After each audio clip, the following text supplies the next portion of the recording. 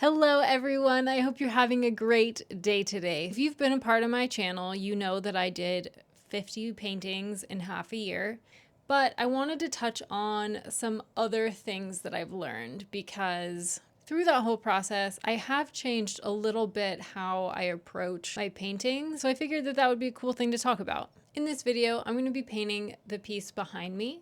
Essentially, this is just going to be a voiceover and then that's going to be put over the top of it so that you can either watch it come to life or you can just set this aside and listen to the audio, and both are okay and hopefully equally enjoyable. I'll start with probably the most obvious point, and that is that the most effective painting process depends heavily on your ability to draw. I know some people maybe don't want to hear that or already know that. It is just one of those things when you're able to draw and do it confidently, it really makes a big difference because then you're not bound by the lines that you've put down. It's very easy to paint over your draw lines, and you know regardless you're going to be able to get those shapes back because you understand drawing. And there is something just incredibly liberating about that and that level of confidence that you know even if you paint over it, you'll be able to get it back. The next thing is that in the first layer, I have found that in order to achieve the look that I really want to get in all of my paintings, the best thing for me to do is block in that first layer and get everything covered, and then basically soften all edges. Start with everything softer, blockier, and more boldly put down, but with soft edges. And the reason for that is because of what happens in my second layer. So once we hit the second layer, I've found that it's best to now stop touching the edges. So now you're no longer blending, like you don't have to soften anything anymore. From here, all we have to do is now bring detail into things. So during my second layer, my goal is not to touch the edges, but start adding in a bit of detail to where I want the focal point to be, or wherever I want a little bit of detail to emerge from. At this point in the painting, that's where I start looking and analyzing for areas of soft and disappearing edges and lost detail, and areas of higher contrast, and really aim to bring your attention to that. And it's at this point that I also try to remind myself that I am not a photo. I am not painting a photo. I don't want it to be a photo. So not everything has to be in focus. So I'm going to be adding highlight, detail, and contrast to the areas where I want that detail to be. And I'm going to leave that first layer of soft, blendy edges where I don't want the focus to be. This is also where I'll begin to utilize the background and start putting light against dark and really making sure that those values match up. So in the second or third pass, depending on how the painting is going, this is where I'm really only going to sharpen key areas. Value is the most important, but then I'm also going to be evaluating color temperature. With that, I'll be making sure that I add in as many tones as necessary in order to turn the form. And now we'd be on the final pass. And with that, I allow myself to glaze shadows and push them even deeper and darker. This will allow me to push anything further back or just add a slight change in tone without changing the painting as a whole. And then I will also be adding a touch of the brightest highlights where it needs to be. This is done sparingly and with thick and chunky paint to add texture. In between all of these different passes over the painting, we come to a final product, and the painting's done and hopefully looks exactly how I want it to.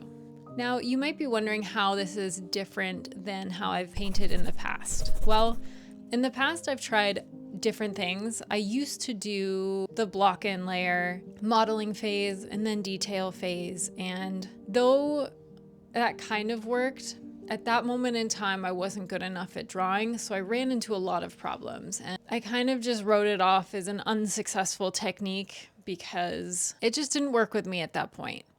Then I had transitioned into a phase of just doing everything section by section. And I did create some wonderful paintings by doing it that way. So naturally, I thought that that was my go-to, end-all be-all. That's how I approach my paintings, is just section by section, and slowly the whole thing comes together. And by the time you've covered all the canvas, you've done it meticulously, and it's basically done by the time it's covered in paint.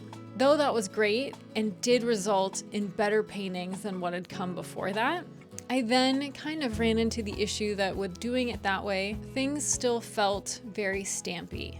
And this was something that I had a really hard time problem solving and troubleshooting, because I didn't know what was stopping me from getting the paintings that I wanted. I didn't know exactly what was causing my paintings to look stampy when I was looking at my artists that I look up to, and why it was that theirs didn't look like that. I could not figure out what was missing. So I just did so much research and so many courses, as you may have seen on this channel that I'm going through these courses and reviewing them, but I relied heavily on just learning as many things as I could and studying the artists who are putting paint down how I want to put paint down, and essentially just trying to troubleshoot it myself and figure out what was missing. So what was missing from my artwork was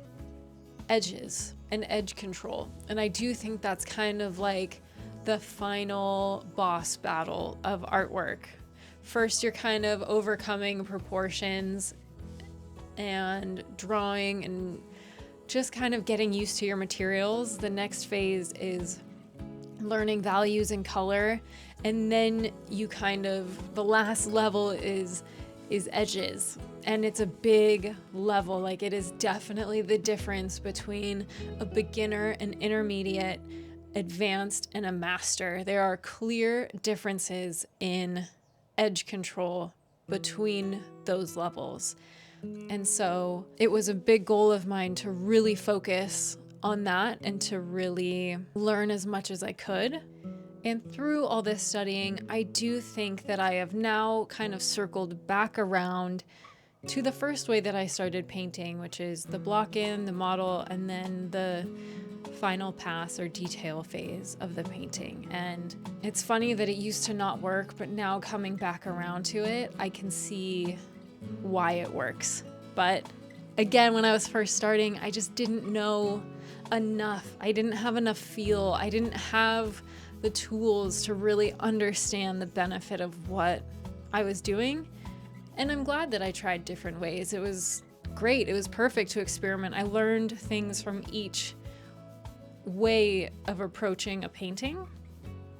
But ultimately, in order to get the edge control that I want, it really starts with that first layer and getting everything pretty blendy and soft, and then in preceding layers, adding in that detail. That is really what allows you the most control of the focal point and the detail and the contrast. It just is how you build that depth and dimension and realism in your paintings. But like a painterly realism, because in my opinion, sometimes the hyperrealism is too detailed everywhere. But what we're looking for when we say realistic painting is this kind of old masters, almost photographic, cinematic. That's it. It's like a cinematic version of reality is what we're kind of going for, where there is soft edges, there are disappearing planes, but then there are also like beautiful colors and tones and detail in the right places. I think this process is really how you attain the classical realism style paintings, and that's really cool. And I'm excited that I have 50 more for the rest of the year to practice that with and really just kind of experiment with this approach to painting. So with that, whether you were listening to the audio or you watched me paint alongside this, thank you so much for joining. I hope you're enjoying all the content on my channel. And If you got anything out of this video, please subscribe and or check out all the links in my description box. I have a Patreon, I have a website, I have an Etsy, all of which is where I sell artwork. And yeah, your support helps immensely. So thank you for that. And as always, thank you for joining, and I can't wait to catch you in the next one.